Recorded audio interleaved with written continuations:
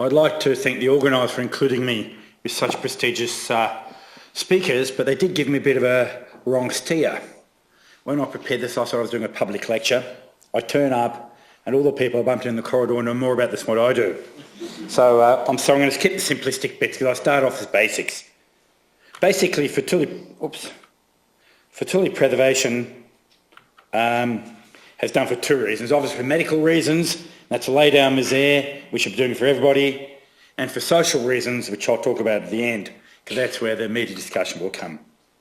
I've had an interest in fertility preservation for about 15 years. Kate Stern and I first wrote about reproductive aspects of cancer treatment. It was mainly sperm freezing in those days, and maybe some ovarian sparing, but it's something that's certainly exploded, and of course Debbie and Kate have done some great work up at the Women's in this area. There are really three options, as you probably all know: embryo cryopreservation, oocyte freezing, or in tissue preservation. I'm going to go through these fairly quickly because you know them. Embryo freezing, again, those of you who heard me speak a couple of weeks ago think I've joined the Alan Townsend fan club. But really, you can't talk about IVF and highlight the contributions Alan made. And the first freezing of a human embryo resulting in a human pregnancy, again, was Alan and Linda Moore. It's another area which Alan pioneered.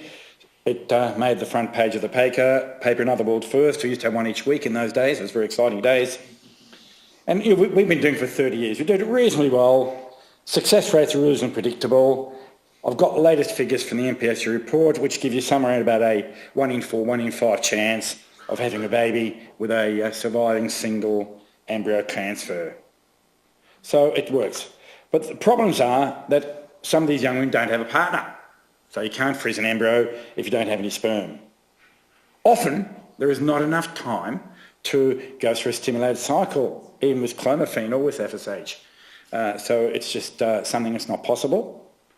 If they've got something like breast cancer, which is itch and hormone sensitive, there's some concern about stimulating them fairly vigorously with FSH and bringing them into high level of itching in case it affects the cancer.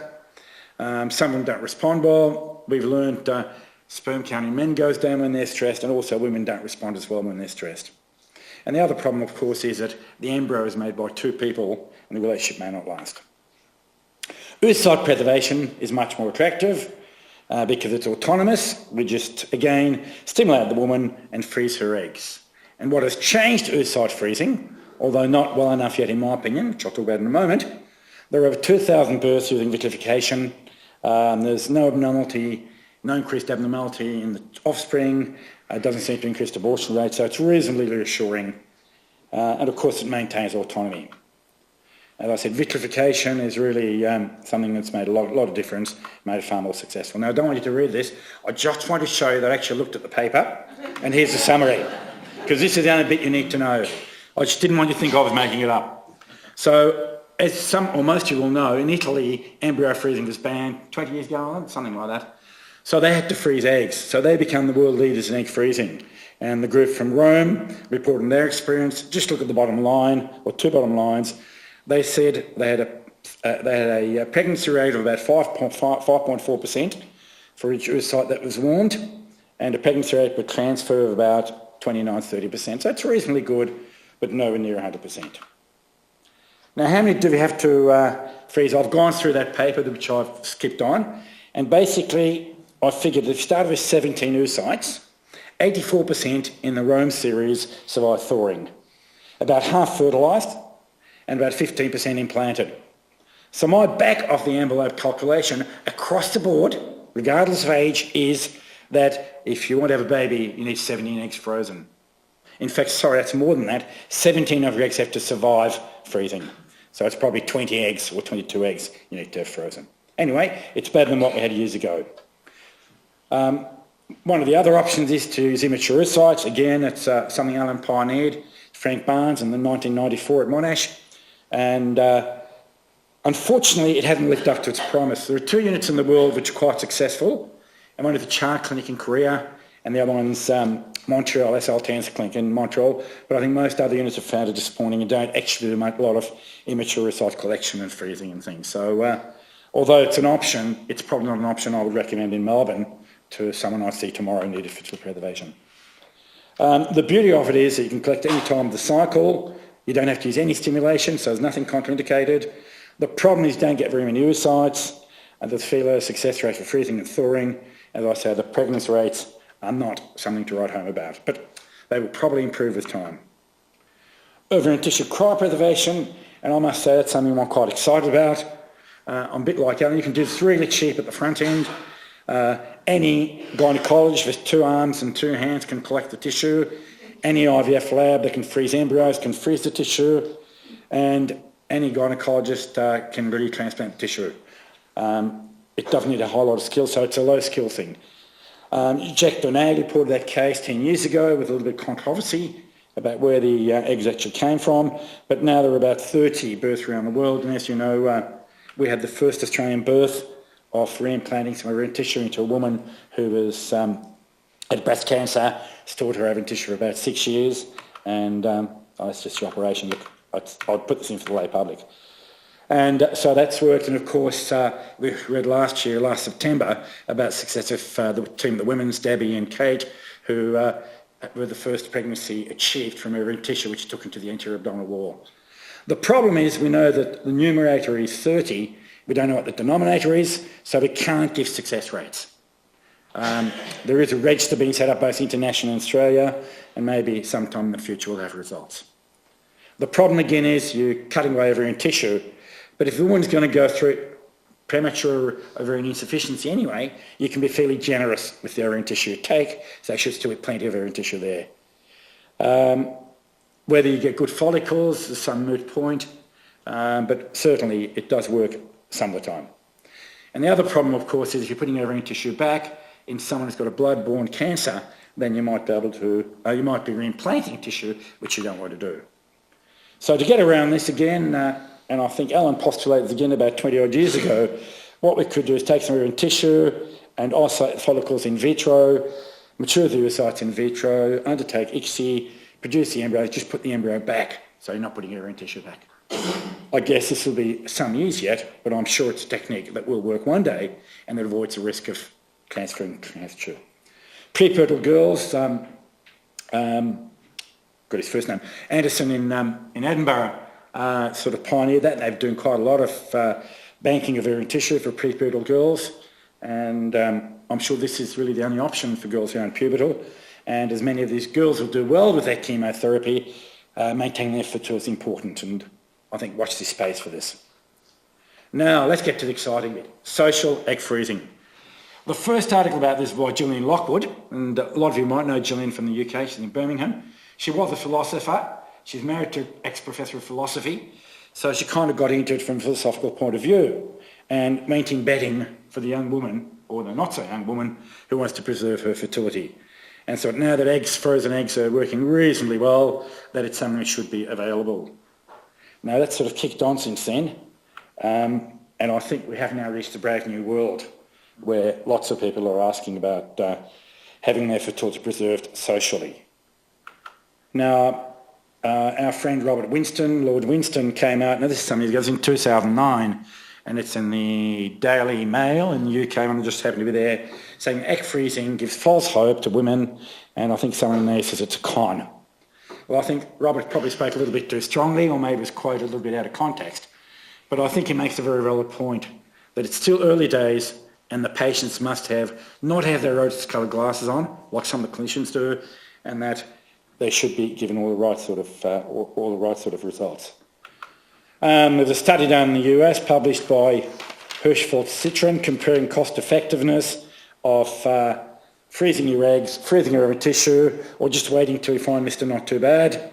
And he said this analysis concluded that you might as well just wait on cost-benefit basis, just wait and see what happens.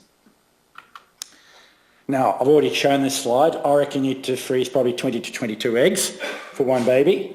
And let's look at some examples. Octay, who has been a pioneer in this work, but to best of my knowledge, Dave hasn't had any real success, hasn't had any deliveries, but he's done a lot of the early pioneering work with Gosden and people up in Leeds with Tony Rutherford. And he's actually he's marketing it quite strongly, and he's actually produced what's called a estimator of success. So all you need to put in, whether it was slow freezing or vitrification, how old the woman was when she had the eggs frozen, and how many oocytes survived freezing, which is a bit hard to guess, and it gave the live birth probability. And that's what it looks like, and all get on the internet and play with it. I'd like to share 3 case histories with you as I finish up. About 6 weeks ago, I was visited by Mrs. A B, no one's Mrs. these days. She was a very smart 44-year-old lawyer. Graduated, got the job she wanted, met a fellow lawyer in the firm. They were together for 9 years. He didn't want children. At 39, they separated. So 5 years have passed. She hasn't found anyone to have children with. So she thought at 44, she might like to preserve her fertility and wait for the right man to come along. So I put her into the prediction chart, and I was very generous. I said at 44 she'd have 6 eggs surviving, which is probably very generous, and that would give her about a 10% chance of having a baby. So she'd have to do 10 cycles of freezing to give her probability 1 of having a child, not to speak of a family. She wants 2 or 3 children. It's 20 or 30 cycles. Unrealistic. 40-year-old teacher. She always wanted children, but never actually had a relationship. Had some casual boyfriends, but no one she could have children with. And she feels now that she's 40. She doesn't want to do it on her own yet. She's not ready for that. But she knows the clock's ticking, and maybe she throws away some eggs now at 40. Then in a few years' time, when she's ready, if she hasn't found someone to have babies with, when she retires, she'll come use some donor sperm and have a baby. Her chance, again at 40, I gave her 5 oocytes, chance 13% having a baby. And the final one is probably the one that's most interesting. A very smart 29-year-old. She's actually the daughter of some people who are friends of mine. And she was going overseas. She'd never really had a serious boyfriend, never considered settled down with anyone. She was going to travel the world. She might be away 2, 3, 4, 5 years. And she was worried that when she came back to Australia, she'll be too old to find someone settled down and have a baby. So Mum and Dad said, for your 30th birthday, what about give you a cycle of egg freezing? So we put her into the calculator, and she had a bit better than 1 in 4 chance of that 1 egg freezing cycle giving her a baby. You'll be pleased to know, after our consultation, she took the money for the egg freezing for the overseas trip. And I haven't heard from her since. Now, if you get on the internet, it's a bit more depressing. There's a case history, a paediatrician, so she's no fool. Christy Manning did all her work, medical school training, board exams and things. So went to the age of 35, she went along to the California Pacific Fertility Centre in San Francisco, had 14 eggs removed and frozen for future use. So I guess she'll have about 10-15% chance of having a baby. Unfortunately, now this is what I'm not so excited about. This is an advertisement from Sydney, the Bondi Junction Clinic. Come along for a fertility assessment. We can give you donor sperm if you're single, but we also do egg freezing. And I think it's fairly likely that if you went and saw them and your AMH was low, you'd have an egg freeze cycle fairly soon.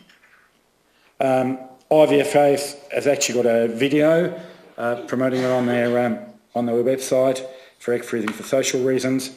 And but this is really looking very small because that's the size of the print on their webpage advertising it. It says the technique is relatively new, not possible to give price figures for chance of pregnancy after freezing. We know success rates for pregnancy using frozen sperm and frozen embryos are higher, but it doesn't actually give you any figures, doesn't talk about their experience, and I don't approve of this. VARTA, our own state regulator, has got a page on it, and again I think they need to update this. It talks about egg freezing, and then it goes down saying, what are my chances?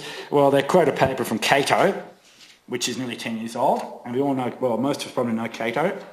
I won't say any more than that. And then it says, one Australian clinic claims to have, with frozen eggs, a 70% post-thaw survival rate, a 60% fertilisation rate, and certain pregnancy rate of women under 37. So I think, it's a little bit too positive, and I think we need to have some proper facts. So I won't talk about males, because I haven't got time about that. I think they're very important, but very simple. Just stick it in the freezer. Before they have chemotherapy, or even before they have a vasectomy, it should be put on ice. Now, both Ellen and I grew up with Carl, and Carl had this very permissive attitude, Carl Wood that is, that we should let people, if things were reasonable, we should help people, let them do it.